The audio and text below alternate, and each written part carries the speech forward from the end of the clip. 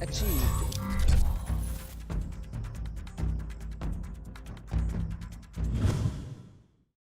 All right, what's up, everybody, and welcome to Studio Day Hefre. Got a couple of takeaways from watching the film of Cowboys versus who just kicked their butt? Washington.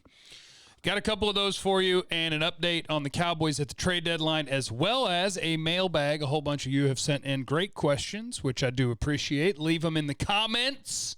Leave your questions in the comments. I'll try to get to them tomorrow on a video.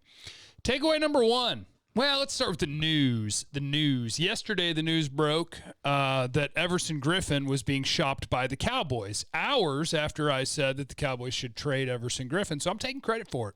That's what I'm doing. And then Mike Fisher added on that Don Terry Poe and Daryl Worley are also veterans that the Cowboys are shopping. And I mentioned them in my video yesterday. So I got to be honest. I feel really smart today.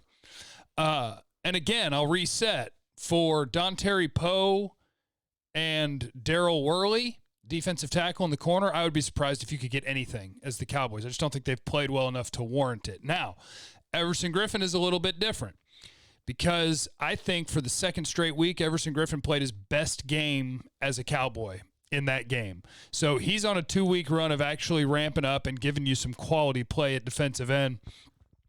2 stops, a sack, a hurry, made the quarterback throw the ball away. He started off well. He played pretty well. Now, I know you guys don't care all that much because the Cowboys got their butts kicked, as they're going to do a lot this year. But Everson Griffen played his best game as a Cowboy. It's been true for 2 straight weeks. And so that is encouraging, whether you're hoping to make a run, if you're that optimistic, or you're hoping to get some sort of return for trading a guy. He's building some value because teams are going to look at the tape of the most recent games and see Everson Griffen's coming along and starting to look more and more like the guy he was a year ago in Minnesota. Now, my other takeaway from that game is they should leave Connor McGovern in. When Zach Martin comes back, I know you don't love moving an all-pro, but look, the players who are going to play are trying to win, right? The tank thing happens on its own. Where you are as a team dictates that you should trade the guys that are in the last year of their contract if you're not planning on extending them. So all of them, Xavier Woods, Cheeto, Jordan Lewis, Everson Griffen, if you're not planning on giving them another contract, you should move them along if you can get some sort of compensation for them. That's just where they are.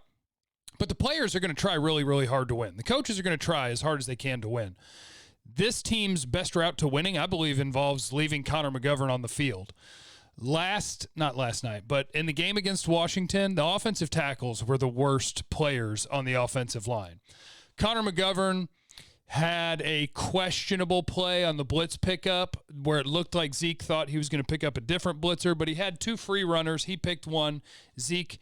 It made Zeke late to get to the other one, so that may be his fault. There were a couple of run plays where Connor McGovern, I think, got in too much of a hurry to help with the double team and then get to another guy and ends up sort of missing his block. But overall, as a pass protector, I thought he was pretty good.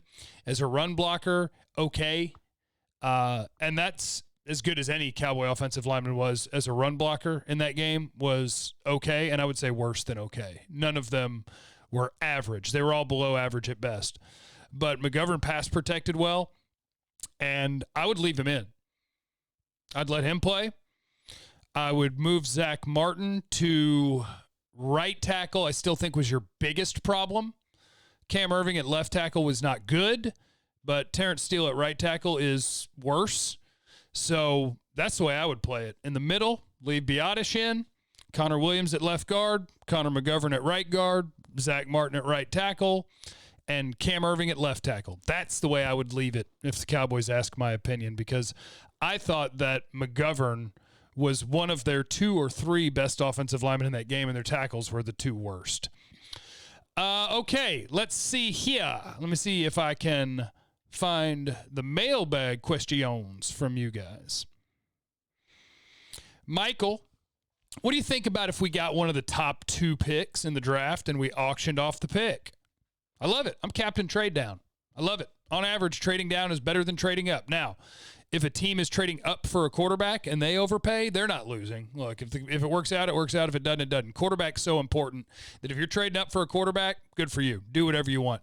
And if you're the Cowboys and you feel confident about getting a deal with Dak done and the team that you can build with the haul you could get from moving down, go ahead. I really don't have a strong preference if the Cowboys end up with a top 2 pick between paying Dak, who I know is a very good NFL quarterback, and using that haul you could get from somebody who needs a quarterback. That's great. And if you love one of those top 2 quarterback prospects and you think that they can be as good or better than Dak and you want to take that shot and save $30 million and try to get compensation for Dak, cool. I'm cool with that too. I really don't have a strong opinion on that one. It's all about how you evaluate the prospects at quarterback that you could grab. You don't just grab one to grab one. You grab one if you think he's going to be better than your guy. Savings are great, but having great quarterback play is more important than savings. So you'd have to really believe in whichever guy you're picking, or if you want to trade down and get you a haul, I'm on board with that too. Let me see here. Mike, I feel for CeeDee Lamb. He went from the brink of 1,000 yards receiving to playing with a team worse than the one he just came from at OU. Well, he didn't play well. That's my guy. You know I'm a CeeDee guy. He didn't play well in that game. CeeDee Lamb can't be dropping passes. He's too good for that. This team can't afford to have the few good players they got left not playing well. Lawson, Jeff, big fan. Can you talk with Voch Lombardi like every week on days after a game? I've talked to him a couple times. I love him. Yeah, we've talked about it. We'll do some more stuff going forward. Chris, hey, Jeff, would love to see Jalen Smith get benched and Francis Bernard to get some time off the practice squad. Thoughts? Jalen's tricky because almost every game now, it's kind of this. I think Jalen is the worst on the team in terms of when guys are moving around pre-snap, and like you'll get Jalen moving the wrong direction. Jalen will take the eye candy, and you'll be like, wait, what are you doing? Your job was right there. There's a couple plays in this game that were really obvious where you can see that everybody is going to their gap. I got the B gap, I got the A gap, I got the A gap, I got the B gap, and Jalen's, is right here. Jalen's here. Whichever D tackles here, Jalen should be right here. And that's where the run goes. But Jalen goes chasing after some tight end that after the snap went this way, that Xavier Woods is covering. And Jalen's like, I'm going to go. And I'm like, hold on. As a linebacker, there's no way that's your key. Your key is somewhere along the offensive line here. Where are you going? And then on third down, they got him isolated on J.D. McKissick for an easy first down run and out route on him. Jalen's got problems in coverage. And Jalen's got problems with recognition when you give him the eye candy and you move people around.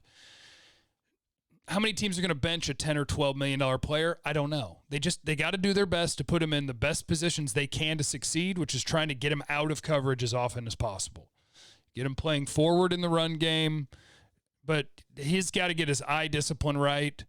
I would have no problem with it. I think Jalen's played poorly enough that if his name were Jeff, he'd probably get benched and you would try and see what somebody else can bring you. But when he plays well, he can still play pretty well. He's just got way too many moments where you can't count on him to consistently do the job. Renee Parcells said the Cowboys were a country club. The fact Jerry overpays our own free agents doesn't give this a sense of entitlement for the team to be mediocre. Scenario, even if the Cowboys were to hire Eric Bieniemy from Kansas City, wouldn't Jerry Jones mess up his coaching due to his micromanaging megalomania? Yeah, Jerry's got a giant ego. I heard him this morning. He told Sean Sharif to shut up, and then at the end of the interview, he apologized for that. But he also, he wants everybody to know when he was asked about, how much responsibility does the GM take for where this team is, he's like, same amount I take when they were awesome. Yes, Jerry's got a giant ego. He wants to get the credit for the winning, and that is a disadvantage for the Cowboys organization that you'll have to overcome. Is it overcomable? Yeah. But that is a challenge that you're going to have in Dallas that a lot of other teams aren't going to have. Brandon, I find it hard to blame Will McClay for the offseason acquisitions of Poe, McCoy, Griffen, etc. They all had solid reputation. It goes back to coaching. These players were gotten in order to fix last year's defense. We aren't running that anymore. McCarthy's own words that they would run schemes that fit the talent. There's nothing about this defense that would seem to fit the talent they have. I agree with you and I disagree with you. Here's where I agree with you. I tried to get a reporter yesterday to ask McCarthy, because we're on the radio, we're not at the pressers. Like, what happened to what you said about players over scheme? Give me the best players, and then we will make the scheme fit the players. They haven't done that this year on defense. They haven't done that. They're doing what Mike Nolan wants to do. Now, they have dumbed it down. You don't see Tank Lawrence stand up often anymore, but they did not take the talent and match the scheme to them. They tried to cram the players they have into Mike Nolan's scheme. So that was a direct contradiction of what Mike McCarthy and Will McClay talked about going into the draft, where they said players over scheme. I agree with that, but I don't agree with, obviously you can't blame them for Gerald McCoy. They signed a contract because they knew it was possible that what he hurt might get hurt, but you can't blame the team for a guy getting hurt. But as far as Everson Griffen and Dontari Poe, they're not the players that they were a year ago. Now, Everson Griffen is getting there. He's progressing towards it. And Dontari Poe has gotten a little better, but they're not the guys that you sign. They're not the guys they were on tape last year, and that's your job to figure out before you sign guys. Are they still the current guy that we watched on tape or not? And they didn't do that. Their free agency has been bad. MC Test Tube. Is it not the most Dallas or Jerry thing for your star player to go down, his team to totally suck, and you end up getting one of the two stud QBs in the draft, thus keeping all the focus on Jerry and his Cowboys? I guess. His ratings are down. Cowboys aren't the ratings draw they were. And a backup quarterback and losing, I guess, will do that to you. I wondered where the line was there, where they would stop being a giant draw. And I think it's when you don't have a starting quarterback. Matthew, what's the trade down value from a top 5 pick? I get about a top 2 staying there and thinking about one of the quarterbacks, but we have way more problems that a rookie can't fix, namely on defense. What do we target positionally, or is it simple best player available on defense for almost all the picks? Depending where you are in the top 5, you could look up any year, but what was the RG3 one? RG3 was for a team to move from 6 to 2. And they gave up number 6, they gave up their second-round pick, and they gave up 2 more ones. So if you could end up with a pick that nets somebody, one of the stud quarterback prospects, and you wanted to move back, you probably wouldn't get that haul anymore. But if you wanted to move back a little bit further and it netted you, that team's pick in the early to mid first round, their first-round pick the next year, and a second-round pick, something like that, you get something like that. And as far as what you should pick, you got options. D-tackle, D-end, corner, safety, linebacker, any position on defense, you could pick the best player available. Offense, if you want to reinforce the offensive line, cool. If you want to think about a tight end, cool. I'll always take another receiver, but probably later.